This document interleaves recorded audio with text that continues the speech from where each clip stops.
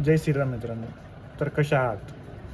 तर आजचा एक नवीन टॉपिक म्हणजे एक्सपायरी. माझ्या दुकानात जेव्हा मी नवीन माल भरला होता, तेव्हा माझ्या दुकानात हजारो रुपयाची एक्सपायरी बाहेर निघायची. प्रत्येक महिन्याला हजारो रुपयाची एक्सपायरी बाहेर निघायची.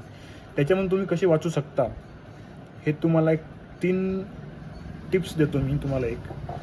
पहिली टिप्स म्हणजे तुम्ही तुमच्या काउंटरला जे ड्रग चालतात, जे कंटिन्यू तुम्ही टॅबलेट्स देता, तेच टॅबलेट जास्त भरायच्या, तेच टॅबलेट जास्त आणायच्या. आणि जे टॅबलेट्स कमी चालतात ते जशा लागतात तशा आणल्यात तर बेटर राहील. सेकंड, तुम्ही तुमच्या मेडिकलला एक ऑथोराइज मेडिकलचं सॉफ्टवेअर घ्या, जे चांगलं असेल, ज्याच्यामध्ये तुम्हाला एक्सपायरी अलर्ट, स्टॉक अलर्ट ह्या सगळ्या गोष्टी दिसल्या पाहिजे.